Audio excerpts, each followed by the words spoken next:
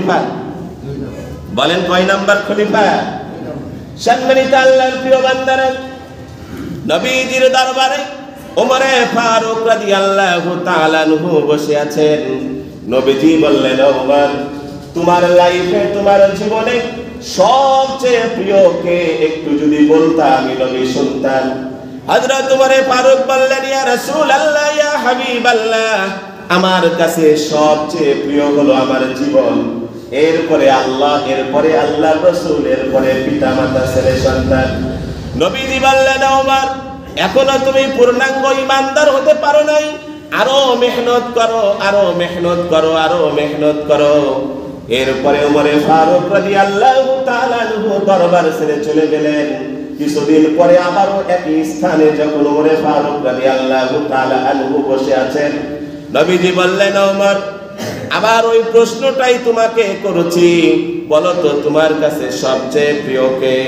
ওমরে ফারুক বললেন, ইয়া রাসূলুল্লাহ, ইয়া হাবিবাল্লাহ, এই মুহূর্তে আমার কলবের, আমার দিলের যে কন্ডিশন, যে অবস্থা, আমার কাছে সবচেয়ে প্রিয় হলো আমার আল্লাহ, এরপরে হলো আমার নবী, এরপরে হলো অন্য কেউ। নবীজি বললেন, ওমর, হ্যাঁ, লা ইউমিনু আহাদুকুম হাত্তা আকুনা হাব্বা ইলাইহি মিন ওয়ালিদিহি ওয়া ওয়ালাদিহি ওয়ান নাসি আজমাইন। ও ওমর, এতক্ষণে তুমি পূর্ণাঙ্গ ঈমানদার হতে পেরেছো। শুধু তাই না, সাহাবায়ে কেরাম করে দেখিয়েছেন। মুসলমানের প্রথম যুদ্ধ কি বলেন? প্রথম যুদ্ধ বদর। এই বদর প্রান্তে মুসলমান 313 জন কি করেছিলেন? 1000-এরও বেশি সংখ্যার সাথে মোকাবেলা করেছিলেন। কাফেররা 70 জন নিহত হলো, 70 জন বন্দী হলো। এরপরে মুসলমানের ভিতরে 14 জন শহীদ হয়ে গেলেন। যুদ্ধের শেষে যখন সাহাবায়ে কেরাম মশওয়ারায় বসলেন, যুদ্ধের সময় দেখলেন হযরত আবু বকর সিদ্দিক রাদিয়াল্লাহু তাআলা আনহু তার ছেলের বিরুদ্ধে তরবারি ধরেছে। মানে বদর প্রান্তে আল্লাহর পক্ষে, নবীজির পক্ষে, দ্বীনের পক্ষে আবু বকর তলোয়ার ধরেছে, এক হাতে ঝান্ডা ধরেছে। আর আবু জাহেল, উতবা, শাইবা, ওয়ালিদ বিন মুগীরা, বাম, রাম তাদের পক্ষে, মানব রচিত নিয়মের পক্ষে আবু বকর সিদ্দিকের ছেলে তখনও মুসলমান হয় নাই। সালে বাপ ইসলামের পক্ষে, ছেলে ইসলামের বিপক্ষে। যুদ্ধের শেষে আবু বকর সিদ্দিককে জিজ্ঞাসা করা হলো, ওগো নবীর সাহাবী আবু বকর, যেই যুদ্ধ আমরা এইমাত্র শেষ করলাম, এক পক্ষে ছিলেন আপনি, অপর পক্ষে ছিল আপনার ছেলে। যখন ছেলের সাথে মোকাবেলা হচ্ছিল, আপনার অনুভূতিটা কেমন? আবু বকর সিদ্দিক বললেন, ও নবীর সাহাবীরা শুনো, আমার ছেলে কেন সেখানে, যদি আমার আব্বাও থাকতো, আমার আম্মাও থাকতো, আমার কাছে সবার আগে আমার আল্লাহ, এরপরে আমার নবী, এরপরে শরীয়ত, তারপরে অন্য কেউ। আমার বিপক্ষে আমার ছেলে না, আমার আব্বা না, আমার আম্মা, এটা দেখার মতো সময় আমার কাছে না। সাহাবায়ে কেরাম প্রমাণ করেছেন, হাত্তা কুনা হাব্বা মিন ওয়ালিদিহি ওয়া ওয়ালাদিহি ওয়ান নাসি আজমাইন। শুধু তাই না, এই বদর যুদ্ধে হযরত হুযায়ফাতুল ইয়ামানী রাদিয়াল্লাহু তাআলা আনহু, তার পিতা উতবা, হযরত হুযায়ফা রাদিয়াল্লাহু তাআলা আনহু নবীজির পক্ষে, ইসলামের পক্ষে, কোরআনের পক্ষে, কি বলেন, হাদিসের পক্ষে যুদ্ধের জন্য উনি বদর প্রান্তে যোগদান করেছেন। অপর প্রান্তে আবু জাহেল, উতবা, শাইবা, তার সাথে তার আব্বা উতবা যোগদান করেছে। বাপ বেটার মোকাবেলায় হযরত হুযায়ফাতুল ইয়ামানী রাদিয়াল্লাহু তাআলা আনহু ইসলামের পক্ষে তরবারি নিয়ে, ঝান্ডা নিয়ে, তার আব্বা কাফেরের সঙ্গে জিহাদে এসেছে, যুদ্ধে এসেছে। এক হাতে তরবারি আর এক হাতে ঝান্ডা। বলেন তো, রাম বামদের জন্য, মানব রচিত নিয়মের জন্য, তাছাড়া তো অন্য কারণে আসে নাই। হযরত হুযায়ফাতুল ইয়ামানী রাদিয়াল্লাহু তাআলা আনহু জিজ্ঞাসা করা হলো, নবীর সাহাবী, জিহাদের মাঠে যখন আব্বার সাথে প্রতিদ্বন্দ্বী হিসাবে যুদ্ধ করছিলেন, আপনার অনুভূতিটা কেমন হচ্ছিল? হুযায়ফাতুল ইয়ামানী রাদিয়াল্লাহু তাআলা আনহু বললেন, ও নবীর সাহাবীরা শুনো, নবীজি হাদিসের মধ্যে বলেছেন, হাত্তা আকুনা হাব্বা মিন ওয়ালিদিহি ওয়া ওয়ালাদিহি ওয়ান নাসি আজমাইন। একজন মানুষ ততক্ষণ পর্যন্ত ঈমানদার হতে পারবে না যতক্ষণ না তার কাছে তার আব্বার চেয়ে আম্মার চেয়ে ছেলের চেয়ে মেয়ের চেয়ে প্রথমে পছন্দের না হবে আল্লাহ, দ্বিতীয় নম্বর নবী। আমি জিহাদের মাঠে কোরআনের পক্ষে এসেছি, নবীর পক্ষে এসেছি। আমার কাছে আব্বাকে দেখার সময় নাই, আমার কাছে ছেলেকে দেখার সময় নাই। আমি বামপন্থী যারা আমার বিপক্ষে আছে, আমি ডানপন্থী কোরআনের পক্ষে, আল্লাহর ওয়াহদানিয়াতের পক্ষে। অতএব আমার বিপক্ষে আমার আব্বা কেন, আমার আম্মাও যদি থাকতো, তার গর্দানে তরবারি চালানোর জন্য আমার কোনো দয়া আসতো না। শুধু তাই না, সম্মানিত আল্লাহর প্রিয় বান্দারা, হযরত ওমর খাত্তাব রাদিয়াল্লাহু তাআলা আনহু জিহাদের মাঠে দেখলেন হযরত ওমর ফারুক রাদিয়াল্লাহু তাআলা আনহু উনি এসেছেন কোরআনের পক্ষে, নবীর পক্ষে। সারা পৃথিবীতে ইসলামকে জয় করার জন্য নবীজির সাথে বদর প্রান্তে জিহাদে এসেছেন। বিপক্ষে দেখলেন তার মামা আবু জাহেলের সাথে, উতবার সাথে, ওলীদ বিন মুগীরার সাথে জিহাদের মাঠে। হযরত ওমর ফারুক রাদিয়াল্লাহু তাআলা আনহু জিহাদের মাঠে তার মামার বিপক্ষে তরবারি ধরলেন। জিহাদ শেষে ওমর ফারুককে জিজ্ঞাসা করা হলো, ও নবীর সাহাবী ওমর, জিহাদের মাঠে মামার বিপক্ষে যখন তরবারি চালান আপনার অনুভূতিটা কেমন ছিল? হযরত ওমর ফারুক বললেন, ও নবীর সাহাবীরা শুনো, শুধু আমার মামা কেন, আমার আব্বা, আমার আম্মা, আমার ছেলে, আমার মেয়ে, আমার নাতি পুতি, পৃথিবীর সব মানুষ যদি যারা ঈমানওয়ালা না আমার বিপক্ষে দাঁড়ায়, আমার কাছে সবচেয়ে প্রিয় হলো আমার আল্লাহ, এরপরে আমার নবী, এরপরে অন্য কেউ। অতএব আমার ওই প্রান্তে যারা আছে তারা মানব রচিত নিয়ম নিয়ে এসেছে, মানব রচিত নিয়ম সারা পৃথিবীতে ছড়ানোর পক্ষে এসেছে। আল্লাহর ওয়াহদানিয়াতকে বিশ্বাস করে না, নবীকে বিশ্বাস করে না, দ্বীনকে বিশ্বাস করে না। অতএব ওই প্রান্তে মামা কেন, আমার আব্বাও থাকলে আমার কোনো আফসোস হতো না। শুধু তাই না, এই বদর যুদ্ধে যখন যুদ্ধ শেষ হয়ে গেল, ৭০ জন কাফের যখন বন্দী হলো, ৭০ জন কাফের যখন নিহত হয়ে গেল, মুসলমানদের মধ্য থেকে ১৪ জন শহীদ হয়ে গেলেন। এই যুদ্ধের শেষে নবীজি সাহাবা ইকরামদেরকে নিয়ে পরামর্শে বসলেন, ওগো নবীর সাহাবীরা, এই বন্দীদের সাথে কি করা যায়, কি ধরনের ফয়সালা হতে পারে? কুরআনুল কারীমে আল্লাহ বলেছেন, ওয়াশাবিরহুম ফিল আমর, তোমরা যেই কোনো বিষয়ে পরামর্শ করো। তাহলে বোঝা গেল পরামর্শ করা একটা নবীর তরিকা। সাহাবায়ে ইকরামদেরকে নিয়ে নবীজি পরামর্শে বসলেন। এখানে ওমর ফারুক রাদিয়াল্লাহু তাআলা আনহু সাদ বিন মুআজ রাদিয়াল্লাহু তাআলা আনহু বললেন, ইয়া রাসূলুল্লাহ, ইয়া হাবিবাল্লাহ, এই বদর প্রান্তে যতগুলি কাফের ৭০ জন বন্দী হয়েছে, এদের ব্যাপারে আমি ওমরের ফয়সালা হলো, আমি সাদ বিন মুআজের ফয়সালা হলো যে যার আত্মীয় সে তাকে কতল করবে। যেমন আলী রাদিয়াল্লাহু তাআলা আনহু তার ভাই আকিল, আলী হত্যা করবে আকিলকে। আর হামজা রাদিয়াল্লাহু তাআলা আনহু তার ভাই আব্বাস তখনও মুসলমান হয়নি, এই আব্বাসকে হত্যা করবে। আমি উমর, আমার মামা, আমার আত্মীয় যতগুলি বন্দী হয়েছে আমি তাদেরকে হত্যা করব। নবীজির অন্যান্য সাহাবীরা জিজ্ঞাসা করলেন, ওমর, ও উমর এবং সাদ বিন মুআজ, এই রায় দেওয়ার কারণ কি? উমর ফারুক বললেন, সাদ বিন মুআজ বললেন, ও নবীর সাহাবীরা শুনো, আমরা প্রমাণ করে দিতে চাই আমার কাছে আত্মীয়তার সম্পর্ক বলেন এটা গুরুত্বপূর্ণ না। আমার কাছে প্রথমে যে গুরুত্বপূর্ণ বিষয় হলো সেটা আল্লাহ, এরপরে দ্বিতীয় হলো নবী, এরপরে দুনিয়ার অন্য কেউ। সুবহানাল্লাহ। আর আপনি আমি কি বলেন, ক্ষমতায় গেলে নিজের দলের লোক যদি হাজারো অপরাধ করে তো ফিসাবিলিল্লাহ, আর বিপক্ষে দলের লোক খালি সায়ের স্টাইলে একটু বিপরীত কথা বলেছে, ওর নামে কি ওয়ারেন্ট ইস্যু, ও আর বাড়িতে থাকতে পারে না, ওর জামিন নিতে নিতে মাথা খারাপ। কি বলেন, বিগত দিনে এগুলো আমরা দেখেছি। অতএব দেখেন, সবার প্রথমে একজন মুসলমানের প্রিয় পাত্রকে, এরপরে কে? নবী, এরপরে কে? দুনিয়ার কেউ। আমার আব্বার চেয়ে আম্মার চেয়ে যিনি প্রিয় তিনি আমার আল্লাহ, এরপরে আমার নবী। আমার ছেলের চেয়ে আমার মেয়ের চেয়ে যিনি প্রিয় তিনি আমার আল্লাহ, এরপরে আমার নবী, এরপরে দুনিয়ার অন্য কেউ। তাছাড়া আমার আব্বাও যদি কোরআনের বিপক্ষে থাকে আমার দেখার কি নাই? বলেন, সময় নেই। সম্মানিত আল্লাহর প্রিয় বান্দারা, আরেকটু ইতিহাস পড়ে দেখবেন। হযরত নূহ আলাইহিস সালামের প্লাবনের পুরা ঘটনা তো বলা সম্ভব নয়। হযরত নূহ আলাইহিস সালামের প্লাবন যখন শুরু হলো, নূহ আলাইহিস সালামের একটা সন্তানও কিন্তু বিপক্ষ দলে ছিল কি ছিল না? হযরত নূহ আলাইহিস সালাম তার ছেলেকে বললেন, ও আব্বা, ও বাবা, এটা আল্লাহর আযাব, এখান থেকে বাঁচার কোনো সুযোগ নাই। তুমি মনে করছো পাহাড়ে আশ্রয় নিবা, পাহাড়েও কিন্তু পানি পৌঁছে যাবে। তুমি মনে করছো উঁচু উঁচু টিলায় আশ্রয় নিবা, সেখানেও আল্লাহর গজব পৌঁছে যাবে। অতএব আমার সাথে আমার নৌকায় চলে আসো।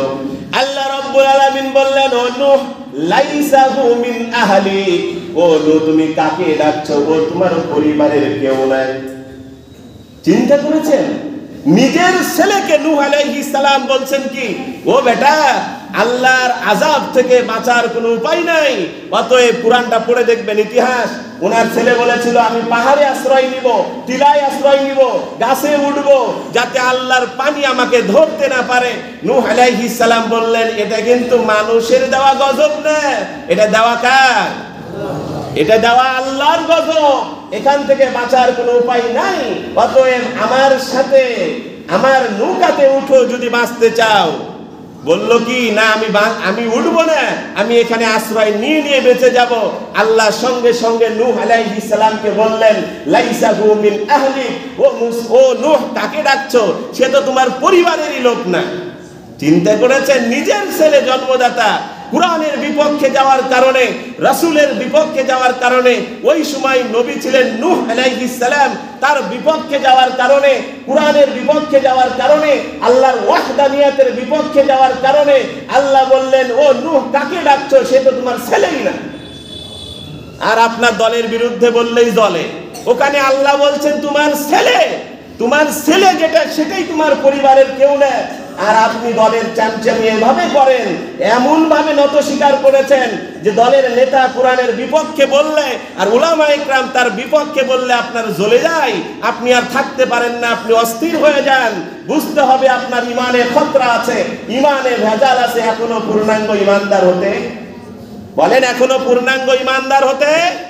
অতএব আগে আমার আল্লাহ, আগে আমার নবী, এরপরে দুনিয়ার কেউ।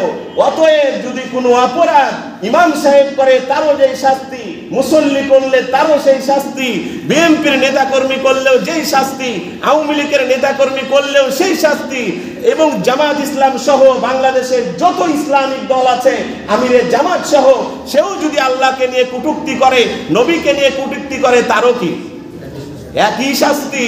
এখানে কোনো কম্পেয়ার নাই, কোনো কনসিডার নাই। কোরআন যা বলেছে এটাই চূড়ান্ত, এর বাইরে যাওয়ার কোনো সুযোগ। সাহাবা ইকরাম তা করে দেখিয়েছেন জিহাদের মাঠে। সম্মানিত আল্লাহর প্রিয় বান্দারা, এবার আসেন আল্লাহ তাআলা কি বলছেন দেখেন। কয়েকটা জিহাদ থেকে ছোট্ট ছোট্ট করে বললাম। এবার আসেন কুরআনুল কারীমে আল্লাহ কি বলছেন।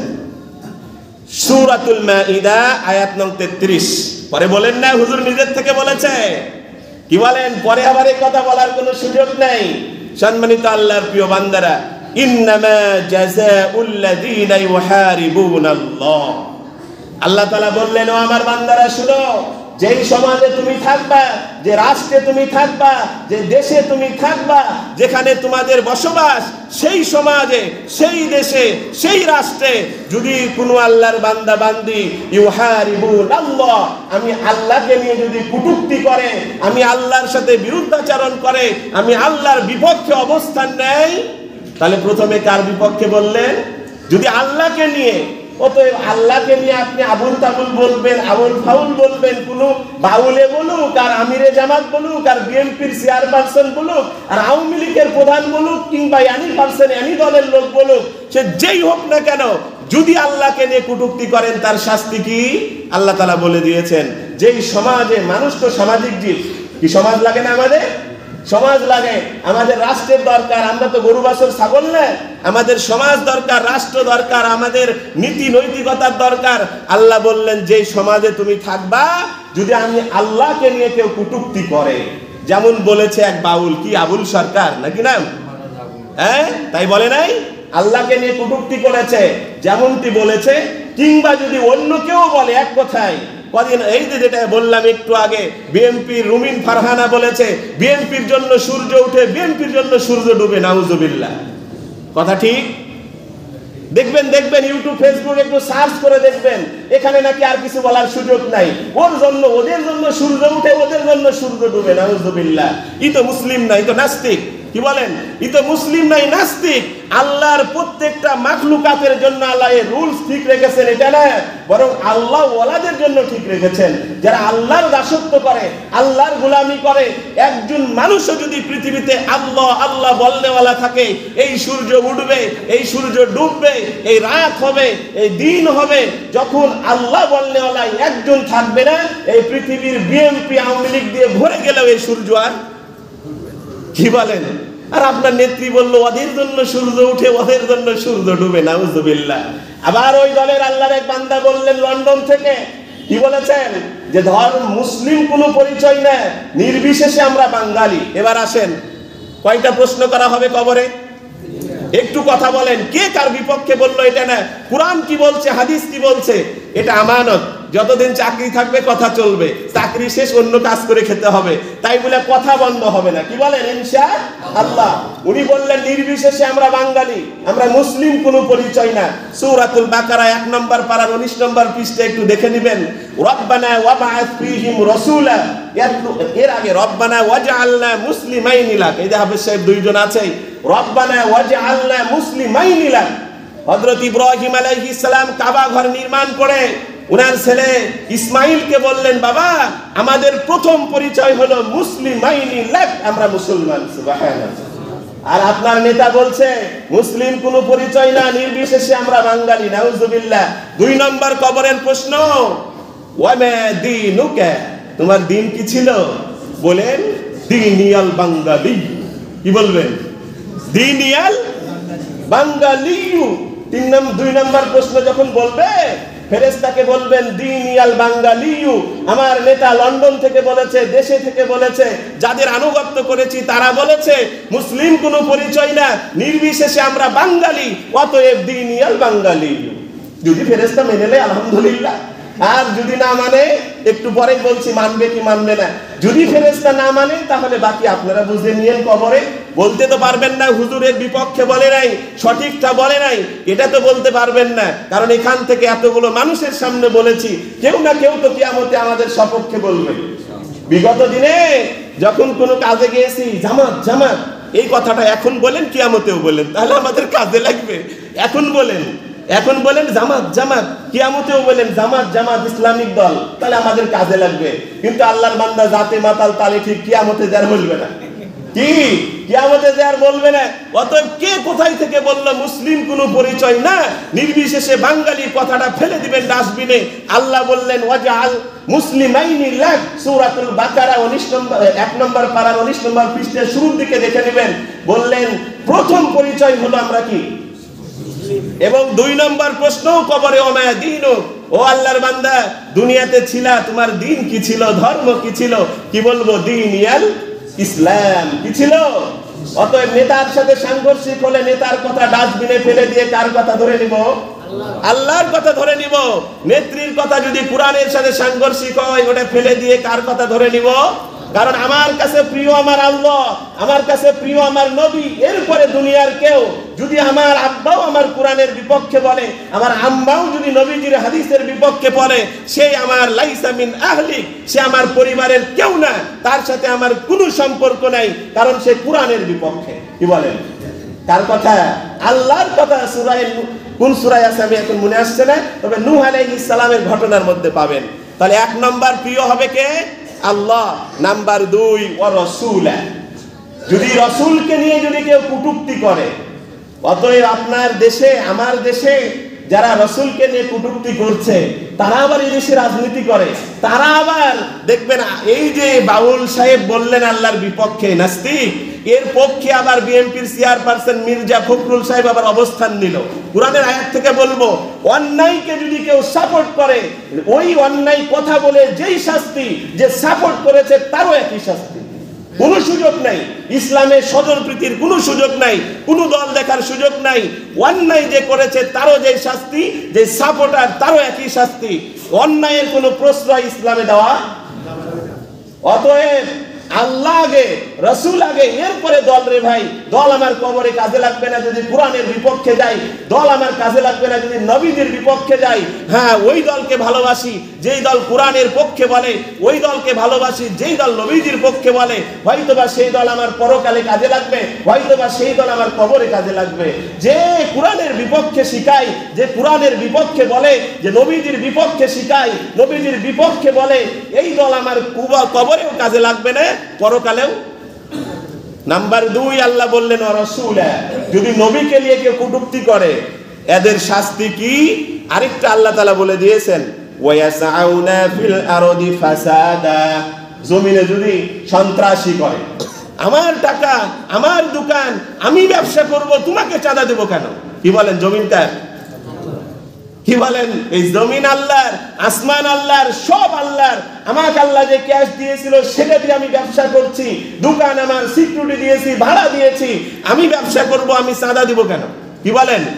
অতএব আল্লাহ বলছেন ওয়ায়াসাউনা ফিল আরদি ফাসাদা, জমিনে যদি কেউ চাঁদাবাজি করে, কেউ সন্ত্রাসী করে, কেউ যদি গুন্ডামি করে, তাহলে যে আল্লাহকে নিয়ে কথা বলবে, কটূক্তি করবে, নবীকে নিয়ে কটূক্তি করবে, জমিনে চাঁদাবাজি করবে, সন্ত্রাসী করবে, গুন্ডামি করবে, আল্লাহ তাদের শাস্তি বললেন আইয়ুকাত্তালু। নাম্বার 1, তরবারি চালিয়ে হত্যা করে দাও, কিংবা ফায়ার করে দুনিয়া থেকে বিদায় করে দাও। নাম্বার কি শাস্তি? নাম্বার 1 কি বলেন? বলেন, হয় তরবারি দিয়ে এক কুবে ওকে দুনিয়া থেকে বিদায় করে দাও, কারণ জমিনে বসে সেই জমিনওয়ালার সাথে গাদ্দারি, যেই জমিন যার কুল কায়নাত, যে নবীর উসিলায় বা যার মাধ্যমে আসলো, সেই নবীর সাথে এই জমিনে বসে গাদ্দারি, আর জমিনে আল্লাহর বান্দা বান্দীদের সাথে তুমি কষ্ট দিবা, তাদের সাথে তুমি খারাপ আচরণ করবা, আবার এই জমিনে থাকবা, এটা তো হতে আল্লাহ এই জন্য বলেছে আইয়ুকাত্তালু। 1 নম্বর, তরবারি দিয়ে রাষ্ট্র ব্যবস্থা তাকে হত্যা করে দেবে, কিংবা রাষ্ট্রীয় প্রশাসন দিয়ে তাকে ফায়ার করে দুনিয়া থেকে। বলেন বলেন, একটু খারাপ মনে হচ্ছে না? একটা করে দেখেন, চাঁদাবাজি এমনি পালিয়ে যাবে। একটা করে দেখেন, কার জন্য সূর্য উঠে, কার জন্য সূর্য ডুবে, এমনি ঠিক হয়ে যাবে। বলার সময় 100 বার ভাববে। কি ভাববে না? আপনি বলবেন আপনাদের জন্য সূর্য উঠে, আপনাদের জন্য সূর্য ডুবে। যদি একটাকে ক্রস ফায়ার করে মেরে ফেলেন, একটাকে এক কুবে হত্যা করেন, ওই কথা বলার আগে 10 বার ভাববে। হয় সাইলেন্ট থাকবে, নাহলে মিডিয়া থেকে দূরে থাকবে, আল্লাহ আল্লাহ করবে আর মসজিদে পড়ে থাকবে। ওই দ্বিতীয়বার আর বলার কোনো সাহস। তাহলে এখান থেকেই থেকে 1 নম্বর শাস্তি। আর সময় নেই, যেহেতু জুমার দিন, তাহলে আমার কাছে সবচাইতে প্রিয়কে, এরপরে প্রিয়কে। অতএব আল্লাহকে নিয়ে কোনো কথা হলে কোনো কম্পেয়ার নাই, কোনো কম্প্রোমাইজ নাই। ওর একটাই শাস্তি, মৃত্যুদণ্ড। কি বলেন? হত্যা, হয় ফায়ারে, না হলে এক কুবে। ঠিক আছে? যদি রাসূলকে নিয়ে, আল্লাহকে নিয়ে, কিংবা জমিনে আল্লাহর বান্দা বান্দীদের সাথে কষ্টদায়ক কোনো আচরণ করে, ওর জমিনে থাকার কোনো এখতিয়ার নাই। এরপরের শাস্তি আগামী জুমা থেকে হবে, আল্লাহ যদি বাঁচিয়ে রাখে আমাকে, আপনাদেরকে, যারা পরে এসেছি সুন্নাত আদায় করে নিই।